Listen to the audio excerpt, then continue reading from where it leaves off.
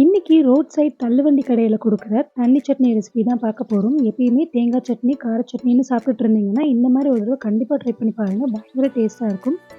இட்லி, தோசைக்கெல்லாம் ஒரு பெஸ்ட் காம்பினேஷனா இருக்கும். இதுக்கு ஃபர்ஸ்ட் நான் ஒரு வடசட்டியில கொஞ்சமா எண்ணெய் ஊத்தி, அதில 2 கட் பண்ண வெங்காயத்த ஆட் பண்ணிக்கிறேன். கூடவே ஒரு சின்ன துண்டு இஞ்சி, 2 பல் பூண்டு, இது கூட ஒரு 4 பச்சை மிளகாய் ஆட் பண்ணிக்கிறேன்.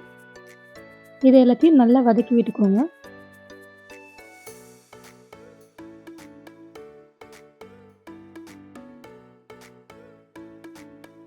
இப்போ இது ஸ்லைட்டா கலர் மாறினதுக்கப்புறமா இதில கொஞ்சமா புளி ஆட் பண்ணிக்கிறேன்.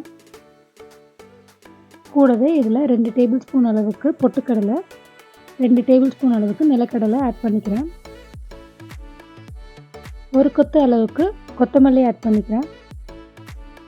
இது எல்லாத்தையும் லோ ஃப்ளேமில் ஸ்லைட்டாக வதக்கிட்டு இதுக்கு தேவையான அளவு உப்பு ஆட் பண்ணிக்கலாம். இப்போ இதெல்லாம் ஆறுனதுக்கப்புறமா ஒரு மிக்ஸி ஜாரில் மாற்றிக்கலாம்.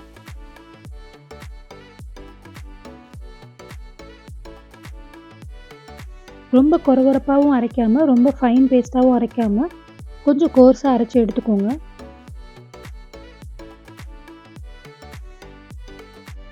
இப்போ இதில் தாளிப்புக்காக கொஞ்சமாக எண்ணெய் ஆட் பண்ணிவிட்டு, அந்த எண்ணெய் சூடான உடனே கொஞ்சமாக கடுகு ஆட் பண்ணிக்கோங்க. கூடவே கொஞ்சமாக உளுந்து, ஒரு வரமிளகாய், இது கூட பொடியாக கட் பண்ண சின்ன வெங்காயம் 2, ஒரு கொத்து கருவேப்பிலை ஆட் பண்ணி இது எல்லாத்தையுமே நம்ம சட்னியில் ஆட் பண்ணிக்கலாம். தண்ணி சட்னின்றதுனால கொஞ்சம் தண்ணியாக இருந்தால் தான் நல்லாயிருக்கும். இதில் நிறைய தண்ணி ஆட் பண்ணிக்கோங்க. தண்ணி சட்னின்ற பேருக்கு ஏற்ற மாதிரி இந்த அளவுக்கு தண்ணியாக இருக்கணும்.